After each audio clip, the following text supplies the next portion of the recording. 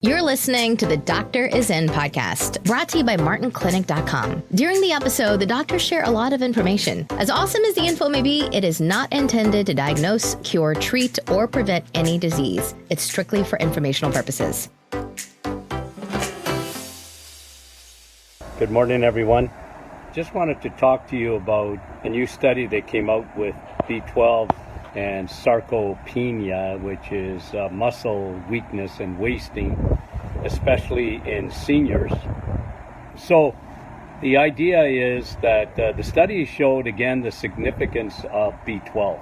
So very important. A lot of people rely on the blood test for B12, and it's almost a routine test, and doctors never really talk about it too much unless you're extremely low, or they get all uptight if you're extremely high. And you know what? B12, first of all, is a water-soluble vitamin, so don't worry about it. It's actually very good for you. I aim high. I want people to have high levels of B12, not low levels of B12. Now, look at the significance of this study. They're saying that people with low levels of B12, and listen, you can have normal levels and still be low. For example, I think it's 295 in blood work is considered normal. That is extremely, extremely low. You won't do well with low levels of B12. You need to have high levels of B12. So, and sarcopenia is muscle wasting, you need B12. Now, where is B12 found? It's found only in red meat, okay? So don't fool yourself. Ladies, if you're eating chicken, your B12 is going to be low. So don't rely on the blood test, okay, for that. Now, the other thing is, if you're taking any kind of medication,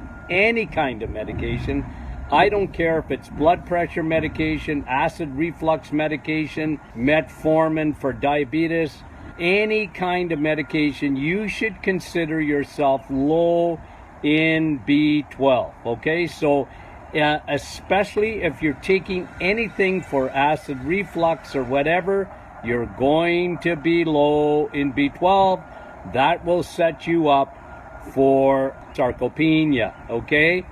The other thing that I wanted to talk to you about is the fact that if you're taking any kind of antacids, so any proton pump inhibitor for acid reflux, another study has shown that you actually are it's going to affect your microbiome.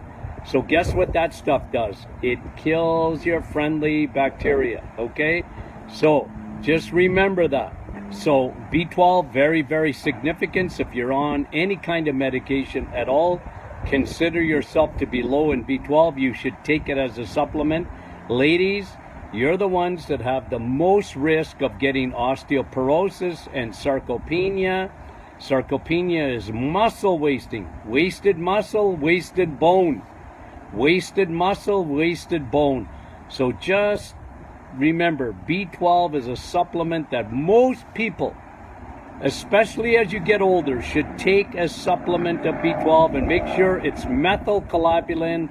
Make sure that you take a B12. If you're taking a B complex, that is not B12. I know there's B12 in it, but the second you swallow B12, you don't get B12. You have to take a sublingual B12, and good luck trying to get your doctor to give you a B12 shot. As a matter of fact, that's why I love the sublingual B12, because it replaces the B12 shots that doctors used to be so common in giving you, okay?